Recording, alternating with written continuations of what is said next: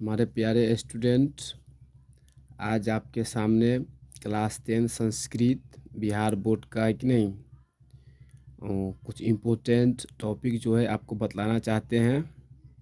जो यहाँ पर आपको दिया हुआ है, यहाँ पर ध्यान दीजिएगा। जैसे एग्ज़ाम में ऑब्जेक्टिव पूछा जाता है और सब्जेक्टिव पूछा जाता है, तो यहाँ पे अभी सब्जेक्टिव के बारे में आपको बात करते हैं, ठीक है।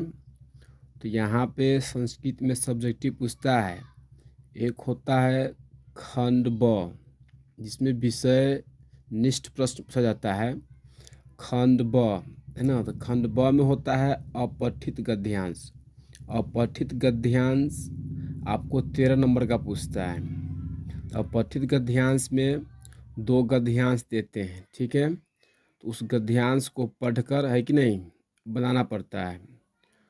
तो इस गद्यांश जो आपको दिया रहेगा वो आपको संस्कृत में लिखा रहेगा गद्यांश, ठीक है।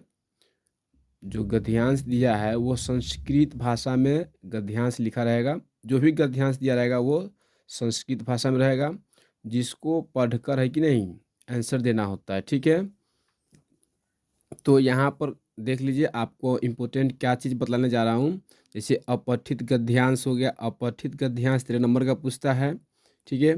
इसके बाद जो है आपको यहाँ पर देखिए संस्कृते पत्र लेखनम, है ना, मतलब संस्कृत में पत्र लिखना। तो संस्कृत में पत्र लिखना वह भी 8 मार्क्स का पूछा जाता है, ठीक है। और देखिए यहाँ पर संस्कृते अनुच्छेद लेखना, मतलब संस्कृत में अनुच्छेद करके है ना लेख लिखना है। जैसे यहाँ पर देख लीजिए, आपको 5-6 टॉपिक दे देगा, है ना। जैसे वाल्मीकि है, वर्षा ऋतु है, हिमालय है, दीपावली है, बिहार राज्य में, है ना। तो इसी प्रकार से है ना 5 इसमें दिया हुआ है, तो 5-6 आपको दे देगा। किसी एक पर है कि नहीं, किन्हीं इस 5-6 में से किन्हीं एक पर जो है आपको लेख जो है संस्कृत में लिखना है। जो आपको है ना एक क्वेश्चन कितना करेगा, 7 नंबर का होगा, ठीक है। और देखिए यहाँ पर आपको बता देते हैं अनुवाद है कि नहीं, अनुवाद संस्कृत में करना है कि नहीं, अनुवाद संस्कृत में करना कितने नंबर पूछता है, आपको 6 नंबर पूछता है। जैसे हिंदी में दे देगा है कि नहीं, जैसे वो दिया हुआ है कलम अच्छा, है ना, कमल अच्छा लड़का है कि नहीं, कमल जो है वो अच्छा लड़का है। जैसे देखिए यहाँ पर तालाब के चारों ओर वृक्ष है, मुझको उसका स्वभाव अच्छा लगता है, दुष्टों से उसकी रक्षा करो। मतलब ये हिंदी में दिया हुआ है कि नहीं, हिंदी से है ना संस्कृत में अनुवाद करना है कि नहीं।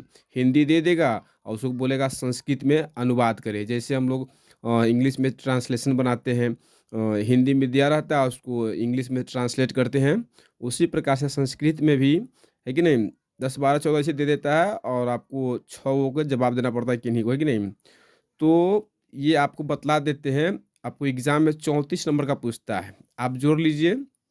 यहाँ पे आपको जो बतलाएँगे मैं वीडियो, है ना, आपको यहाँ पर अपठित गद्यांश है कि नहीं, अपठित गद्यांश, गद्यांश जो होगा आपको 13 नंबर का होगा, ठीक है। और संस्कृत में पत्र लिखना है कि नहीं, जो आपको 8 नंबर का पूछेगा। और संस्कृत में अनुच्छेद है कि नहीं, संस्कृत में अनुच्छेद लिखना है कि नहीं, संस्कृत में अनुच्छेद लिखना मतलब 5-6 टॉपिक दे देगा और किसी एक पर बोलेगा है कि नहीं लिखने के लिए, जो आपको 7 नंबर का रहेगा। और जो है उसी में है ना अनुवाद करना, मतलब हिंदी में दे देगा और हिंदी को दे देगा है कि नहीं, और उसको बोलेगा संस्कृत में है कि नहीं अनुवाद करने के लिए, ठीक है। वो आपको 6 नंबर का पूछेगा, ठीक है। तो आपको जो है संस्कृत में अनुवाद बनाना सिखाएंगे, जो 6 नंबर का पूछेगा। और ऐसे 5-6 टॉपिक दे देगा, किसी एक पर बोलेगा है कि नहीं लिखने के लिए संस्कृत में, है ना अनुच्छेद करके, वो 7 नंबर का होगा। और जो पत्र जो होता है लिखना है कि नहीं, वो आपको 8 नंबर का पूछेगा। और अपठित गद्यांश जो है 13 नंबर का पूछेगा, ठीक है। तो इन सभी को है कि नहीं आपको है ना बारीक तरीक़ा से जो है आपको बतलाएँगे, है कि नहीं। तो ये इस सभी को पढ़ने से पहले आपको जो है ये अनुवाद आपको सिखाएँगे, ठीक है ना। अनुवाद सीखने है ना सीख लेंगे तो क्या फ़ायदा होगा, आपको बतलाएँगे अनुवाद के बारे में। जैसे ये अपठित गद्यांश संस्कृत में दिया हुआ है कि नहीं। तो संस्कृत में दिया हुआ है, तो इसको जो है ना संस्कृत भाषा में जवाब देना पड़ता है। और फिर यहाँ पे देखो है ना पत्र लिखना जो है वो आपको हिंदी में है ना संस्कृत में देना पड़ेगा, ठीक है ना। ये आपको हिंदी में दिया हुआ है पत्र लिखने के लिए, आपको संस्कृत में करके जो है इसको लिखना है, ठीक है। इसको भी संस्कृत में लिखना है और इसको भी संस्कृत में बनाना है। तो इन सभी को बनाने से पहले आपको कुछ है कि ना इम्पोर्टेंट चीज़ आपको पढ़ना ज़रूरी है, जो आपको अभी हम बतला रहे हैं, ठीक है।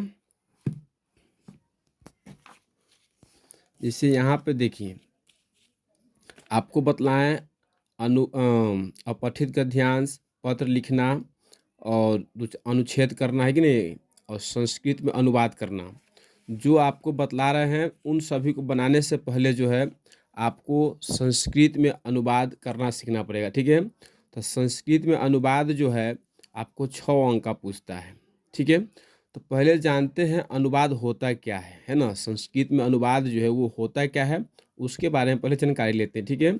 यहाँ पर आपको बता दें अनुवाद है कि नहीं, अनुवाद पद मतलब अनुवाद पद जो है वह अनुजोरवाद मतलब और वाद अनु और वाद इन दो मूल है ना, इन दो शब्दों के मेल से बना है। मतलब अनु और वाद इन दोनों शब्दों के मेल से है ना अनुवाद पद जो है बना हुआ है, ठीक है। अब आपको बतलाते हैं अनु का अर्थ। तो अनु का अर्थ क्या होता है, ठीक है। तो अनु का अर्थ होता है पश्चात या बाद, है ना। पश्चात बोलिए या बाद बोलिए, ठीक है। और यहाँ पे देखिए वाद का अर्थ होता है कथन या कहना, ठीक है। और आपको बतला दें यहाँ पर, जैसे यहाँ पर किसी एक भाषा के कथन को दूसरी भाषा में उसी तेवर में प्रस्तुत करना अनुवाद कहलाता है।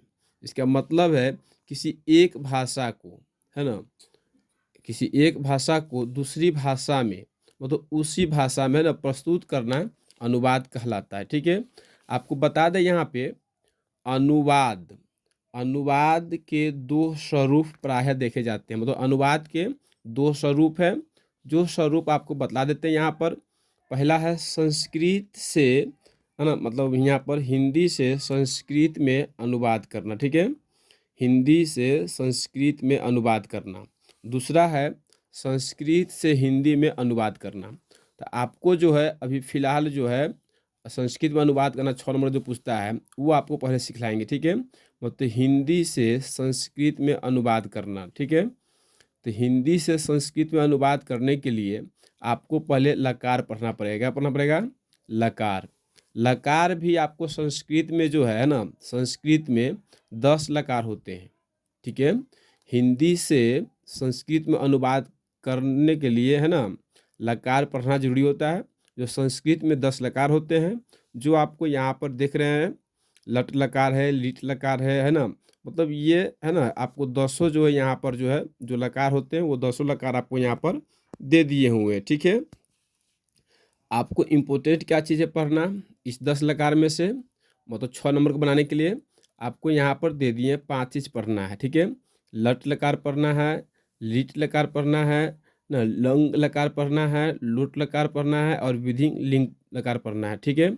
जो लट लकार जो होता है वह वर्तमान काल होता है। लिट लकार जो है वह सामान्य भविष्य काल होते हैं। ये जो है क्या है भूतकाल है।